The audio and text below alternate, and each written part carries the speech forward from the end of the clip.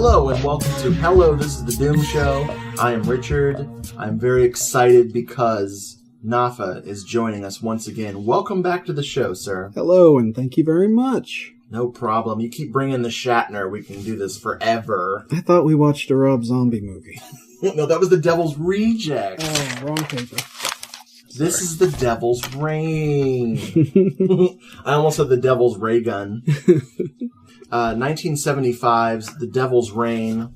Oh my god, who directed this? Ida Lupino. Ida Pupino? Good question. The director of The Devil's Rain was none other than Critics Review. Google. Robert Fust. Oh, look at us bringing us the case. Like, hey, asshole. Robert Fust. Oh yeah, we forgot the case. Thank you. Robert Fust, which is F-U-E-S-T. Fust. Is he like, Filipino? Yes. Faust? Yeah, that's what I started to pronounce it as. I was like, but he's Fust. This movie is something special. For folks at home, I'm letting you know we're going to spoil the hell out of this movie. It has a complex plot. It doesn't. Okay, it doesn't have a complex plot. But if you've never seen it before, I don't want to spoil any of the surprises. Definitely go check it out and come back. We'll wait here in real time for you to watch all 85 minutes of it. Did you see the goat face? Goat face! Goat face killer? This is the Poo-Tang. Poo-Tang clan ain't nothing to fart with. Yeah. There have been films about earthquakes, airplane disasters, and blazing infernos. But there has never been anything like The Devil's Rain. Space. That wasn't your father. What's his face? Mother? Mother! Come back! Damn you! They had no faces. The Devil's Reign. The 300-year search for the power to damn mankind is over. Fools! And the towering terror of the devil on earth is now unleashed. Burn!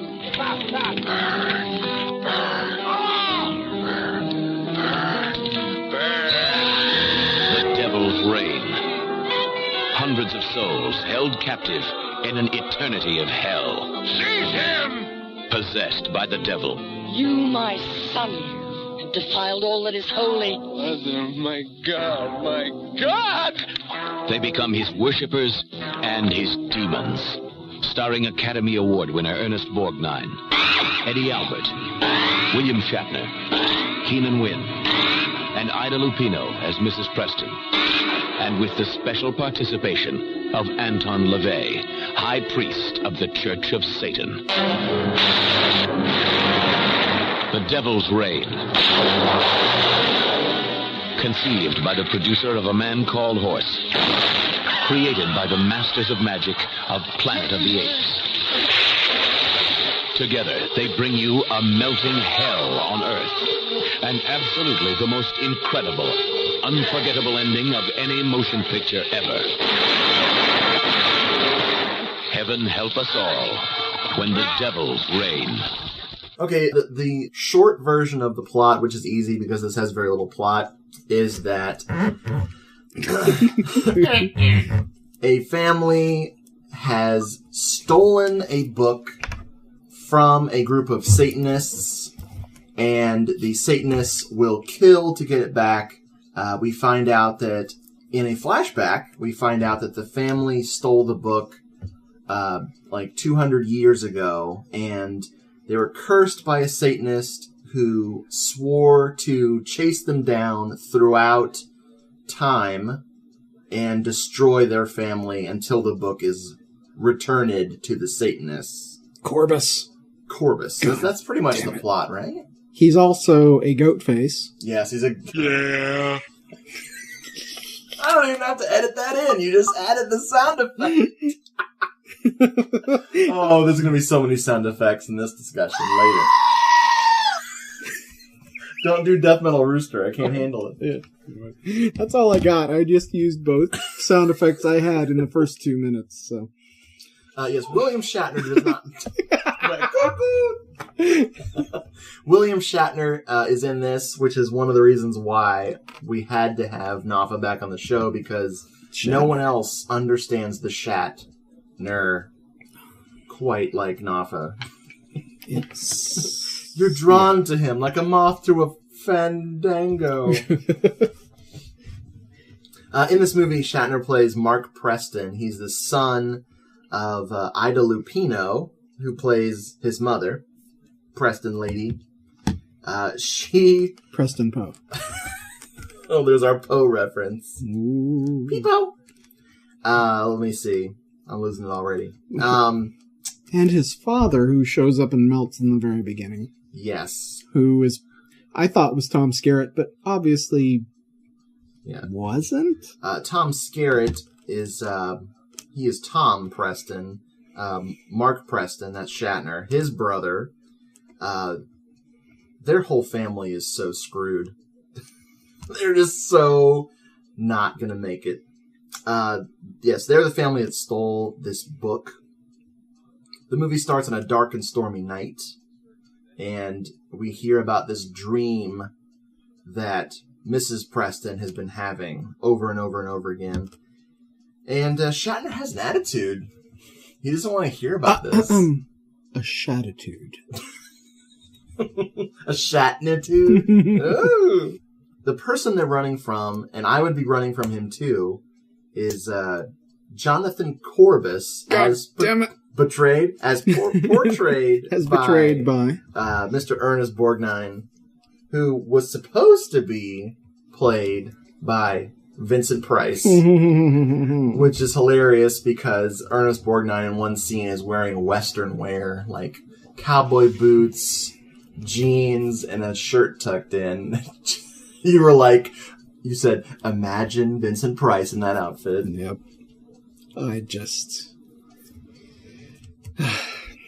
There's a lot to ponder about this film that has nothing to do with the actual filming that they finished with. That make it just as creepy as anything they intended. And that was one of the points. Yeah, Ernest Borgnine's just antagonistic smile is just so... it's like he's grimacing in pain when he's happy. Or feeling like masturbating. Which is a lot. I masturbate a lot. Oh, go YouTube that, just in case you don't know what he's talking about. Oh my just God. put Ernest Borgnine masturbation. It's perfect. I love this opening scene where it's a dark and stormy night. Mark has arrived, and it's just everything is just really... You don't know what the hell is going on. You just know that his father shows up, and his face is melting. He warns them of the Satanists. His eyes are missing, which is a big thing in this movie. They don't like eyes. No. These people whose souls have been taken, their eyes are gone. And the dude warns them and then just melts in a goopy pile. And it establishes something that the cameraman will do for the rest of the movie, which is linger forever on the goopy. They did a good job with melty. Yeah. And bubbly. And bubbly melty. Mark decides to go and take on these Satanists himself. He gets a humongous 9mm pistol out of a drawer. Listen to my 9mm go bang. I'm glad I didn't say that. No, I wish I did. I'd totally forgotten about it. That's awesome. So, his mother gives him an amulet. We were calling it the Hamulet, the Spamulet. And it's a Christian symbol. It's supposed to protect him from the Satanists. Because even though he comes from bad people, Mark Preston is apparently a devout Christian who is just... He's just tired of these Satanists chasing him around. He's going to go after him himself. Sick and tired. A car shows up, and this is a weird scene in the movie. The car shows up, and there's a doll nailed to it. That's right. I'd forgotten about it. The Barbie diversion is what I wrote down. It's like, did this doll drive the car here? We get a weird scene where they're screaming inside the house, And Shatner runs back to check on his parents after a lengthy pause. No, he didn't run back into the house. He sauntered distractedly, like it was a summer's afternoon and he was gazing at other things on his brain, and he took his time, is what I'm trying to say. The screams of his mother, they're not that impressive to him. No. He comes in, and is it their grandpa, or who is this guy? His name, it was funny that you mentioned that, because I just figured out who it was, and his name is John. Okay. And he's played by Woody Chambliss, who would have been 100 this year. Oh, wow. Actually, wait. He looked 100 in this movie. Yeah. He would have been, 100 in October 14th. So in a couple months, he would have been 100. Weird.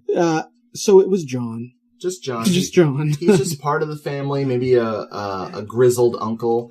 But he is hanging upside down, swinging, and he's making these really plaintive, scary sounds. Weepy. Oh. Yeah, it was. Shatner cuts him down and utters the famous line from this movie, which is, Corvus! God damn you! God damn you! And that goes out to Rod McMullen. Word. Yeah. He always quotes that line. That's why I will play that over the wonderful soundtrack. That's better. So he's headed out to Redstone, and that's where the Satanists have set up in this little Old West abandoned ghost town.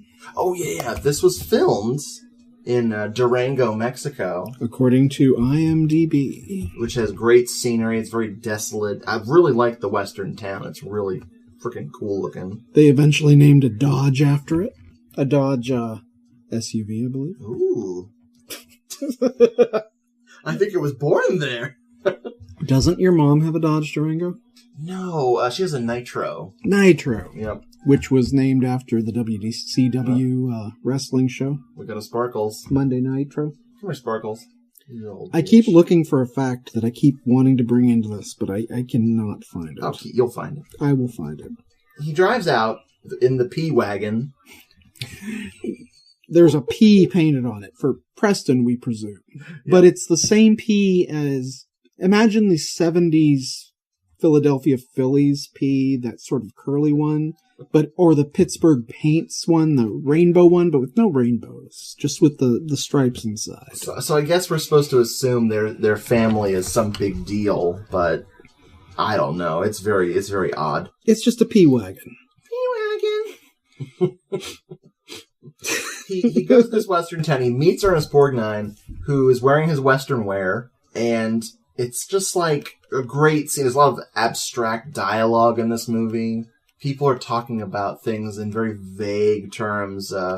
Shatner is going to have his faith against Borgnine's faith, so Christian faith versus satanic faith in a duel of sorts. And of course, Shatner's trying to bargain his way out of this hellscape that he's going to soon be thrust into. I'm not afraid of you, Corvus. Mr. Preston, I'd be very disappointed if you were. We've both come a very long way for this moment. And I have a ways to go yet, before I find what I'm after. Well, if you're led by a faith as strong as mine, nothing can stop you. Depends what you put your faith in. Well said. Let me show you what I've put my faith in. Corvus! I'll face whatever you have behind those doors. And come out exactly as I went in. A challenge? My faith against yours. For my mother and father. They go with me if I win. Agreed. And if you lose? The book. And you.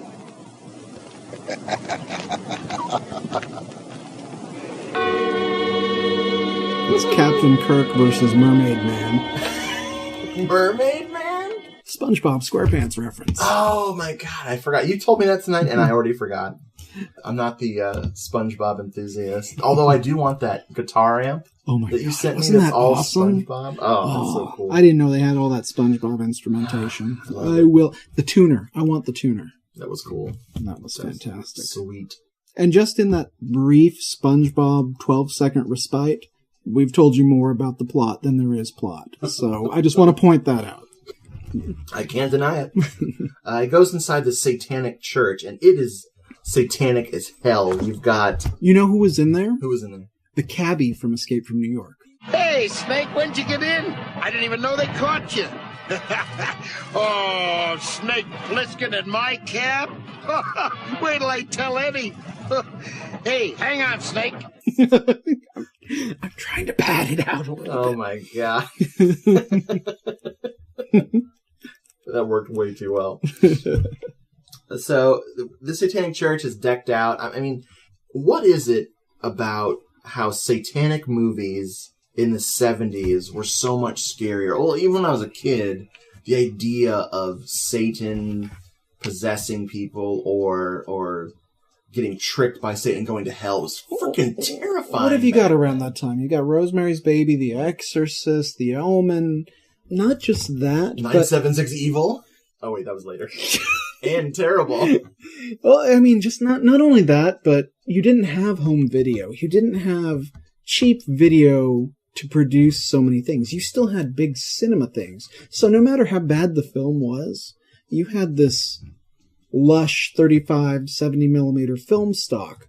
So even the worst, most terrible, most illest lit, the crappiest special effects still looked intense when you took that 35 and 70 millimeter film and shrunk it down to a television screen. Yeah. It's so you could be as ludicrous as you want, and once you put it from the big screen to the television screen, it still was crisp and scary and right there in your face. I mean, it's like Planet of the Apes or Battle for the Planet of the Apes. Two worlds apart, horrible film versus a brilliant film. Yeah. But you put them back to back on the television, and it's just as compelling and scary. Nice. How was that? I pulled that out of my ass. Wow! Love it. Wow. We're done here. Yeah, I'm spent my 5 cents. Well, speaking of being done here, this is what's interesting. So Mark Preston goes up against Corbus, and they have this meeting of the faiths. Corbus tricks Shatner into totally, like, basically renouncing his faith, or at least losing the faith battle. Mm-hmm. And don't forget the choir was singing very similarly to bringing in Planet of the Apes again. Oh, Beneath the Planet of the Apes, the choir around the bomb. Oh my god, it's very true. So he runs away. He's being chased by these Satanists. It feels like the end of the movie, and we're like 26, 27 minutes in. Yeah. So it's like, okay, we're done here. Good night. Which also includes 5 minutes of credits on the Hieronymus Bosch painting of... Oh my god, I forgot to mention that. Yes. The music at the beginning, the music throughout the whole movie is really creepy, really well done. Lots of moaning voices and discordant sounds, and the Hieronymus Bosch paintings of hell, fucking perfect. You can't... Oh, so good. The cheesy bits, though, when the amulet that's protecting him turns into a rattlesnake, is very, very, like, TV movie hokey from that time period. It's great because he throws an amulet away, thinking it's a snake, and it's like, you're fucked. So now we're at an ESP conference. Mrs. Preston, my associate's wife, is consciously controlling the rate of her heartbeat. She's now in a state of deep meditation.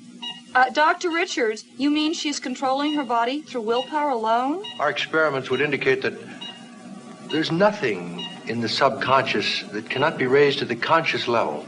Nothing, Doctor? What about parapsychology, telepathy? Can that be controlled too? Yes, I include that. Extrasensory perception. Dr. Preston, isn't there a danger that these experiments could interfere with normal brain activity? No. We've studied many cases like this, found there's no reason for concern at all. If there were, believe me, my wife would not be involved. No. No dangers. Only discoveries. Is there any proof of ESP control? Yes, Mrs. Preston here. We believe that we're on the verge of isolating the brainwave pattern that signifies ESP activity. Oh yeah, that's right. That's how we bring in what's his name from Green Acres? Eddie Arnold. Oh my god. Eddie Albert? Eddie Albert. Oh my god. Okay, so there's a You could like time that. There's an explosion later in the movie that's less jarring than this cut to this ESP conference. And it also should be pointed out here that the cast in this film is, on paper, amazing. We've got Ernest Borgnine, William Shatner, frickin' Eddie Albert. Later, we'll see Keenan Wynn. Tom Skerritt, Ida Lupino. Oh my god. John Travolta. John Travolta's in this movie. His debut. He's like a beautiful, eyeless creature. With all his lines were... Blasphemer! I think that was... What? Where? Oh, blasphemer. Mr. Carter. Sandy! Oh. Satan is Mr. Carter. So, we meet Julie Preston. She is Tom Preston's wife. Tom is the brother of Mark and the son of Ida Lupino. Played by Joan Prather and Tom Skerritt. Ooh. Do you know this Joan Prather character? Yes, she was in The Devil's Reign. She was also Kirsten Stewart. Yes. Or Kristen Stewart. She also was, according to IMDb, she was in Big Bad Mama. Oh, baby. She was also in Rabbit Test. Rabbit Test. That was a film from the late 70s about a dude getting pregnant, I believe. Oh, boy. She was in The 8 Is Enough Wedding in 1989, and that is where her filmography ends. Oh, my God. Was she in 8 Is Enough? She was in the TV series for 17 episodes. Wow. She was obviously the best character. She was one person on Happy Days. She didn't play multiple characters on Happy Days? Oh, she was one person on Sanford and Son. Now you got me wondering about Rabbit Test. Is this supposed to be Rabbit Testes? Is that you saying it wrong? Perhaps, and I don't even see Rabbit Test listed, even though it had it there in the beginning. Maybe I made that up. Eddie Albert plays Dr. Samuel Richards, and he is conducting this ESP conference. Julie has some kind of psychic powers where she can go into these trances and see visions. I remember posters about Rabbit Test and previews when I was a kid. 2.8. Yeah, about the world's first pregnant man. Yeah, I certain things you remember as a kid that you don't want to remember, and that's one of them. The thing about Eddie Albert is this casting stuff, is that when this movie was conceived, originally, that role was supposed to be played by either Peter Cushing or Joseph Cotton, which is brilliant because you can just imagine them in this role. So it would have been Cushing or Cotton going up against Vincent Price, although... Either way, it sounds like something you put in a quilt. Cotton and Cushing! More Cushing for the pushing. Ew. Oh. But just the thought of Joseph Cotton sharing the screen with Ernest Borgnine, because Cotton would have totally done it. Because he would do anything in the 70s. And I do mean anything. He's my dad. Oh. Oh, Donkey Show. Joseph Cotton, starring in Donkey Show. Also playing in this theater, Rabbit Test. Rabbit Testes. Oh, you mentioned the Kristen Stewart thing, right? Yeah, the way she just shows up in the movie is very sighing and... and she just physically looks like Kristen Stewart. Yep. Which, surprisingly, according to her IMDb, she was arrested in 2008 for a hit and run. Oh. Yeah. Well, she stopped acting in 89, so she's no longer important. If you're not acting, you're dead. Yes, she has this horrible... Julie has this horrible vision. Itch. What? I said horrible itch. Oh. She just can't scratch it. No, she's this horrible vision where we see things that are going to come to pass in the movie, one of which is horrifically Ernest Borgnine as a goat demon man. Now, that's where I got confused, because they were mixing in things from the past with her visions, along with things from the future, and... It was wild. Yeah, I just didn't know what was going on. The editor was trying to excite us. Which, yeah, the goat-faced Marty there. Was, oh, my God. So Marty. Oh, my God. Oh, boy. I'm no longer going to refer to him as Ernest Borgnine. I'm just going to refer to him as different roles he's played. Tom finds out about all this stuff that's happening with his family, like Mark running off and disappearing, and the attack on the Preston house. And he meets up with the sheriff, played by Keenan Wynn, who has the most amazing mustache ever.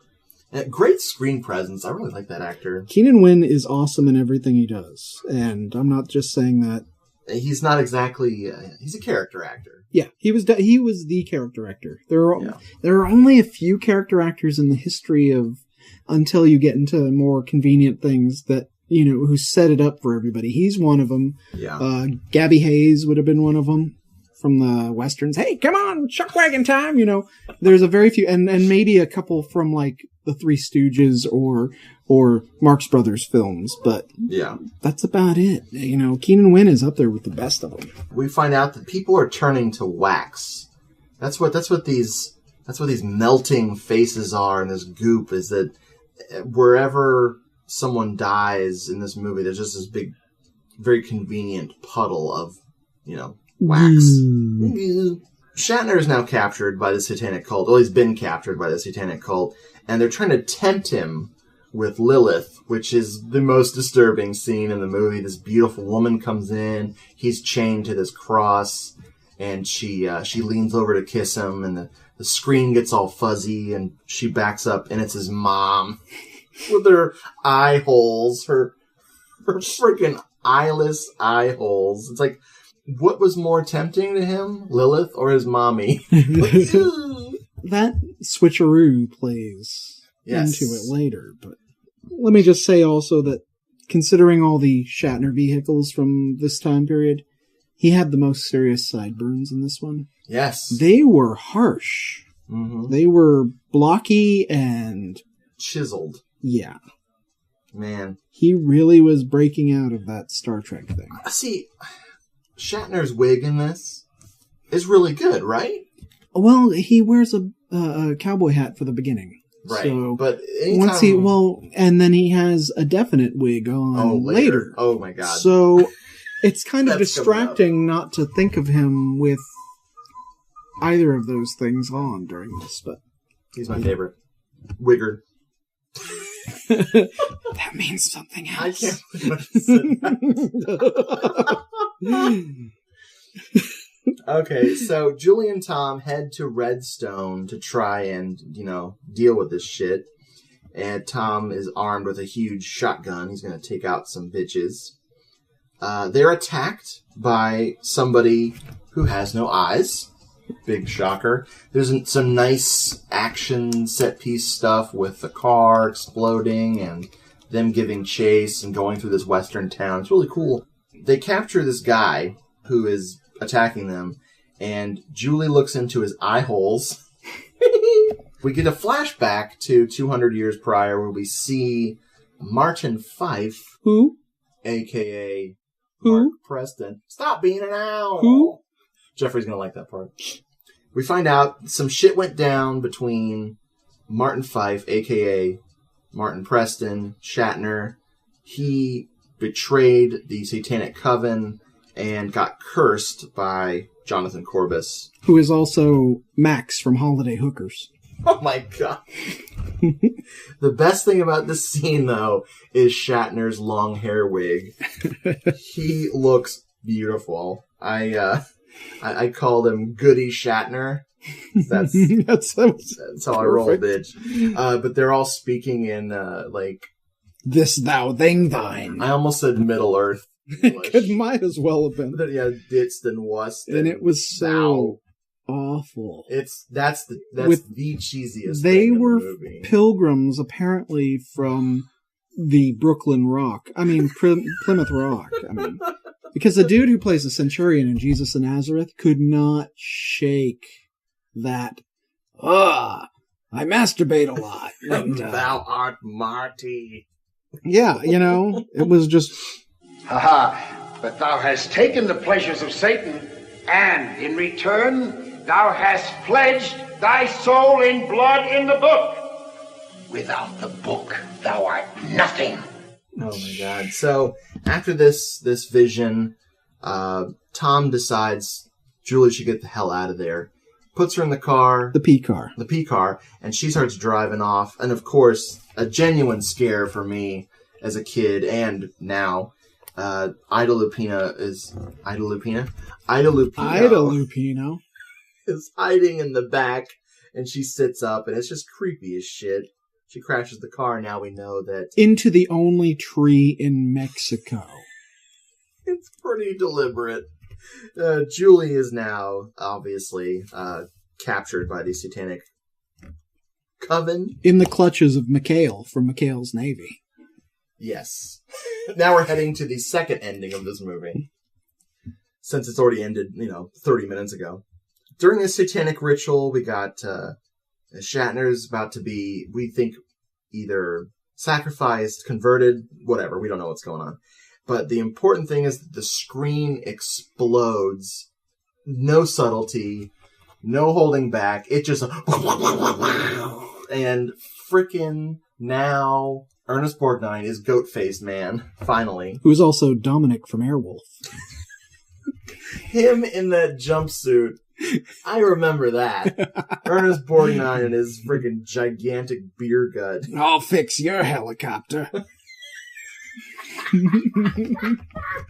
Want to see my propellers spin? Spin myself loud. Such an idiot. O Prince of the Abyss, in thy name, let us behold the Father, the Ram of the sun, the moon, the stars. Hail, O deathless one, who calls me from out of the pit. What is thy purpose? Deliverance of the soul. Has it been prepared? It has. Then I command this soul to be purified by fire and water. Almighty light and burning flame of comfort, enter this body and cleanse it of its unworthy soul.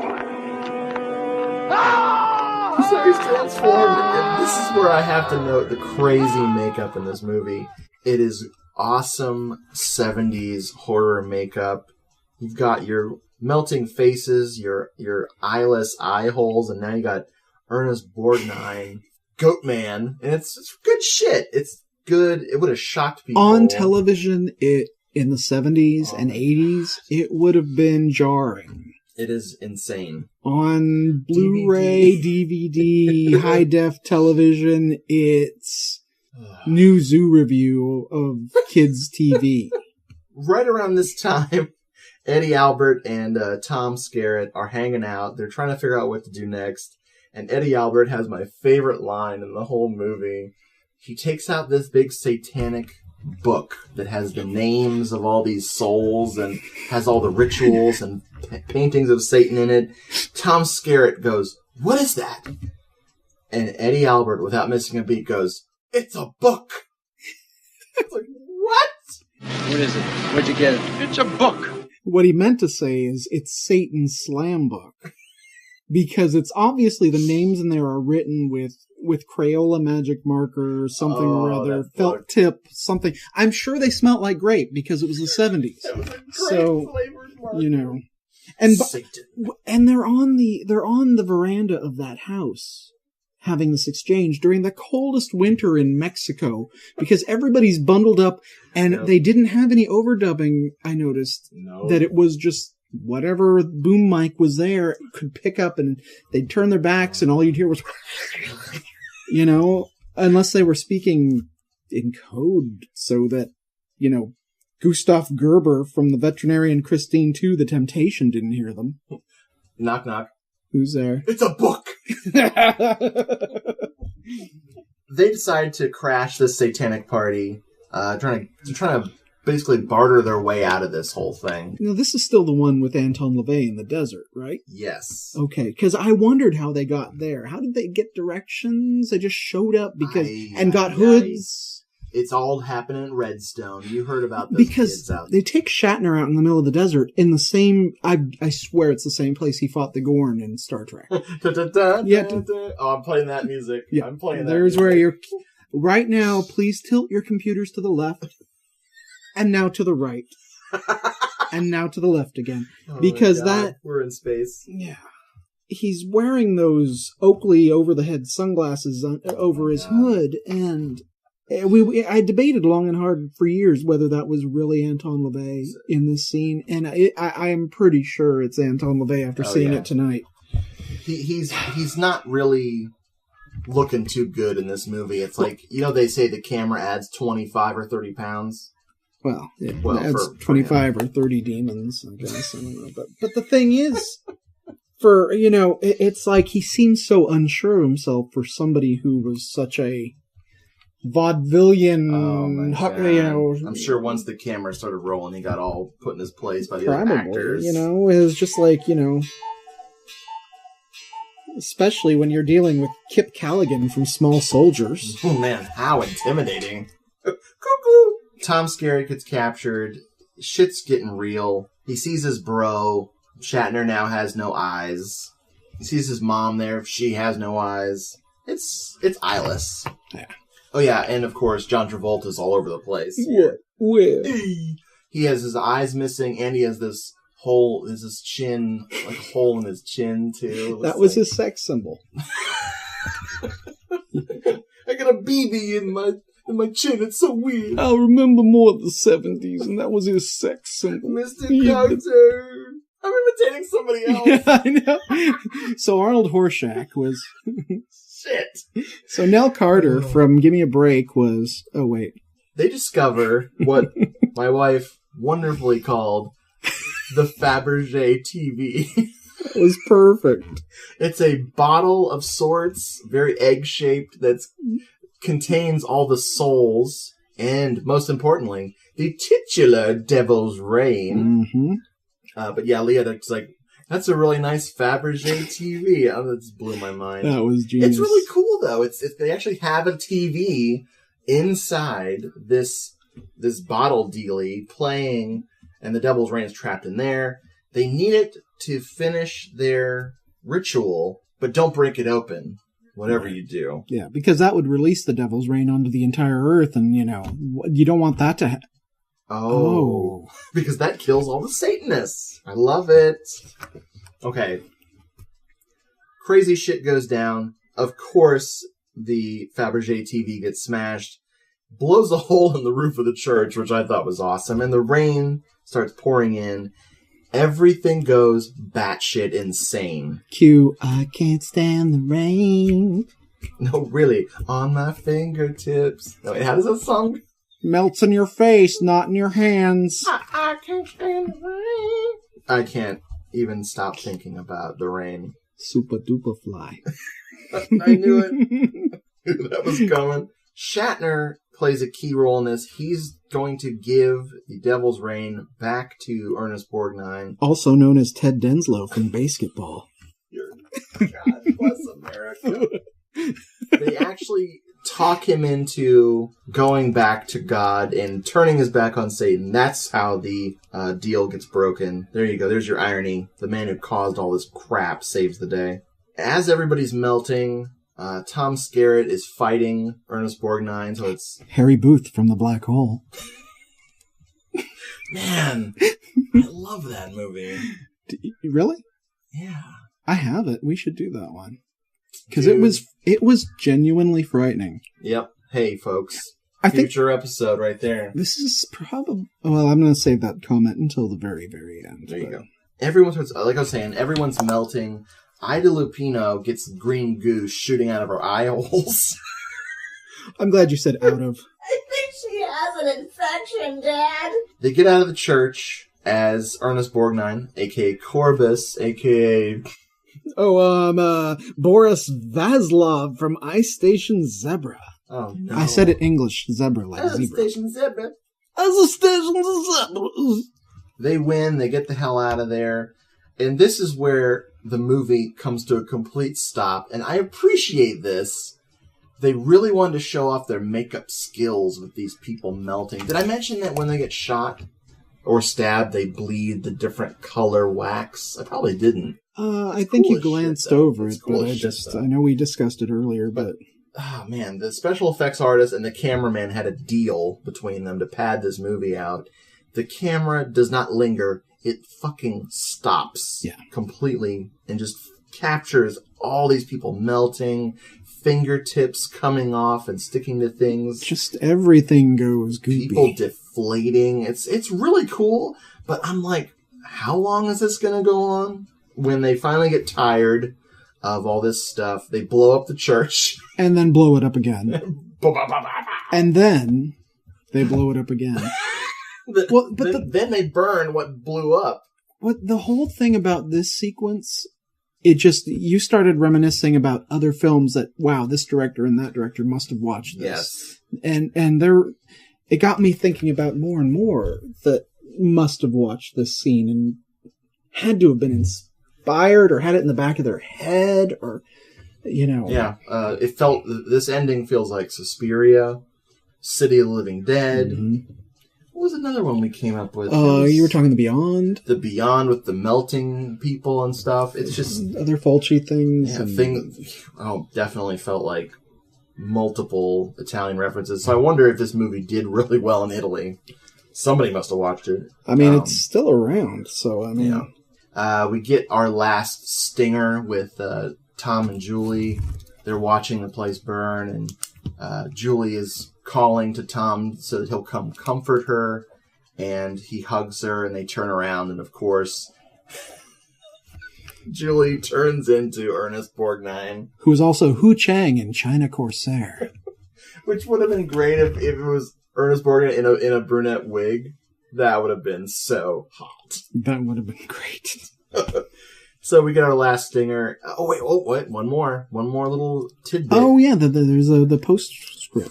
Oh, and man. Credit. And this is haunting as shit.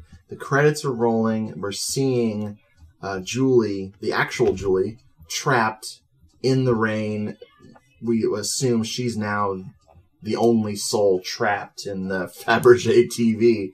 But it's just so eerie. She's just calling for Tom, and she's trapped behind this glass, and the rain is pouring down on her. And then finally she just gives up and just stares with this horrible resignation at the screen. Other than some little murmurings and the sound of rain, there's no music, which you pointed out. Yeah, just like Beneath the Planet of the Apes, where it ends with a voiceover and then just nothing. And that is the single creepiest way you can end a film for me. I'm getting goosebumps right now, man. So that is Devil's Reign. Do you have any other comments? Well, Ernest Borgnine was Dominic Rosselli on The Love Boat. The Love Boat. I masturbate a lot. My biggest thing about this film, and it's something that we touch on at just about every one we've done, but this is the first film that I think we've talked a hell of a lot more about other films during it. Yes. Because while there is a plot and while there is an amazing cast, it's just not that gripping of a plot. Exactly. We were talking a lot during the movie. And there's so much. It's a great film. It's a great watch. It's just not a great. Well, it's a great film in one sense, and it's a great watch. It's not a great film in another sense. It should have been an hour long. Well, I think it should have segued into Kingdom of the Spiders, or it should have. It should have. It needed more Shatner. Well, it doesn't everything. You know what I mean? Honestly, he's kind of gone for a big part of the movie. I plan on going to Wendy's, and there better be Shatner there. That's what. I'm sure he's eating it up. Eating what? I don't know. No, when I saw this on TV as a kid, I probably wasn't any older than 13 or 14. This movie scared me to death. It's unsettling. The music is weird. All the makeup, like you were saying, on a small screen. This, I'm sure this would be great on VHS. It's just such a creepy It wasn't look. it wasn't until the late 70s when you had TV shows like Three's Company. You could tell the film stock was different. Sanford and Son, Three's Company, Good Times, versus shows like Happy Days. Yeah. Think of the film stock, or 8 is Enough, as we mentioned earlier. You know, and when you pare that down to the small screen, a big film like this, you know, it comes across as a different feel altogether. Yeah. There was always a different feel between Three's Company watching it and Happy Days watching it, or Mork and Mindy, which was filmed on a certain stock or videotape, or or video stock, or whatever it was at that time period. And God, that to me makes all the difference on this one, on the small screen.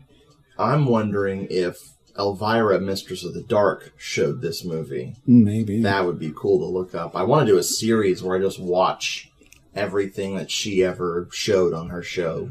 I have a picture of Dorian Gray. Hey. It's in beta. Yes. Nice. I'll get out my beta player, y'all. And I wonder about this one, too, because through the years we've talked about films that have images that influenced or haunt or whatever you... And I know, and the more we've talked about this one, the more this seems like this is one of those screen captures from Miss 45. Yeah. Things like that. And that immediately jumped into my head when you were talking about that. I don't know. Nice. I don't know if there's a relation. Oh! Morbidly Sincere. Oh, yes, that's right. What my theory about Shatner is that he's morbidly sincere, and we got that screenshot from this movie for just like a little promotional poster for our band. 2001, 2002, we're talking. Yeah, so I had a screenshot from this, and I remember, did you have the tape, or was that when you got this DVD? Because I remember getting a screenshot. You captured the screenshot prior to me getting this DVD. I didn't have it on tape. Oh, you know what? Yeah, I think you found it online. No, I think I copied it off of cable, but I never sat down to watch. Like, this was the first time I've seen this movie since I was a kid, other than getting that screenshot of Shatner, like, very threateningly pointing at the screen. Right before he goes into the church for the first time, when he's still wearing the hat, and he's standing there, and it's just him in the center frame pointing. Oh, yeah. That'll be featured in the artwork for this episode. Easily. This film, while it's really enjoyable on some levels, it's really annoying on some levels because of the lack of substance. But that's only if you start thinking of it that way. Yeah. I love this film. Yeah, it definitely has a weird vibe that I think they intended, and I think it has another vibe that they maybe didn't. It just sticks with you for years and years. This is a very unique film. Even after all this other shit that's come out, this one there's something special about it.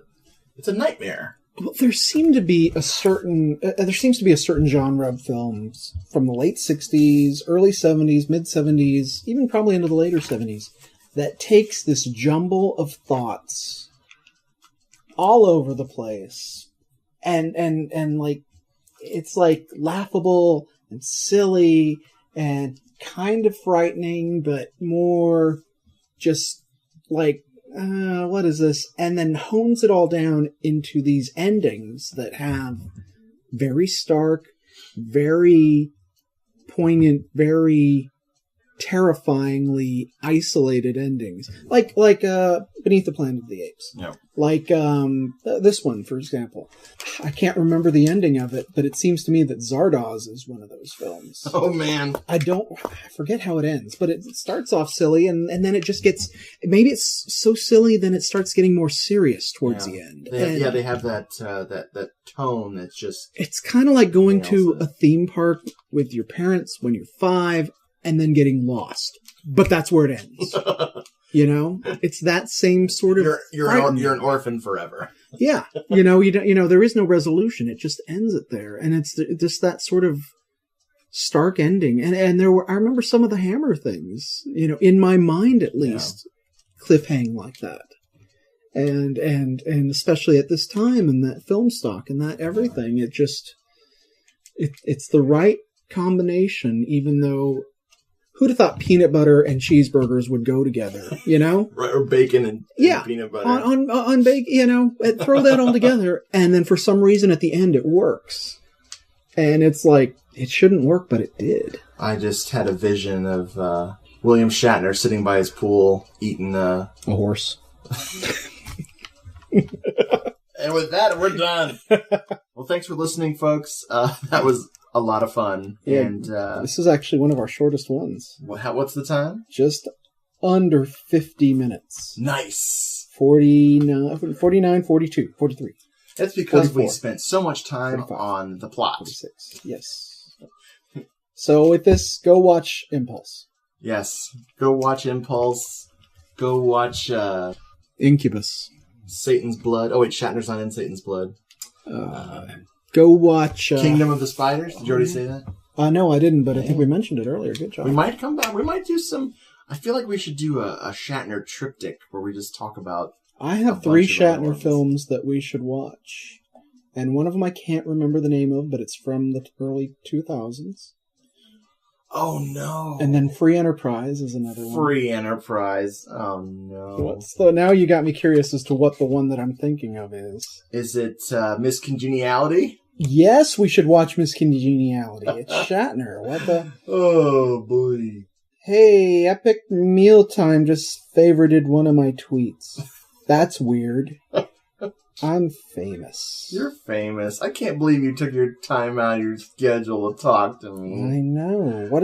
Did you bring any sauce? I'm the sauce bouse.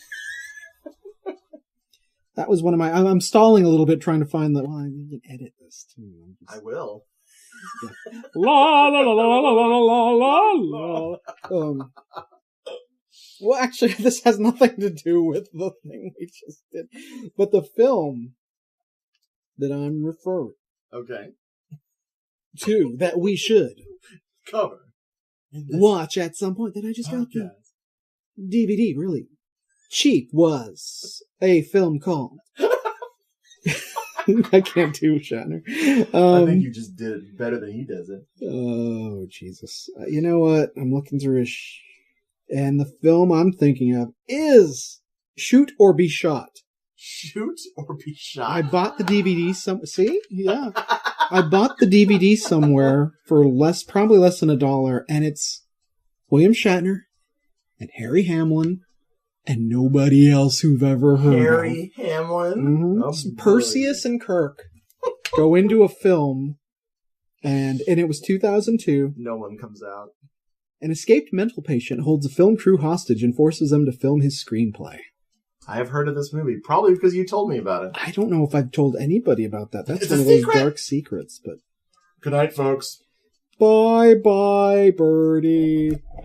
Corbus! Corbus, damn you! Corbus!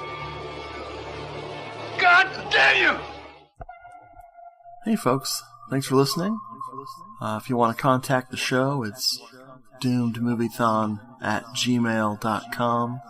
Or if you want to hear our archived episodes, you can go to doomedmoviethon.com and click on the podcast link. Beady body beep pop boop.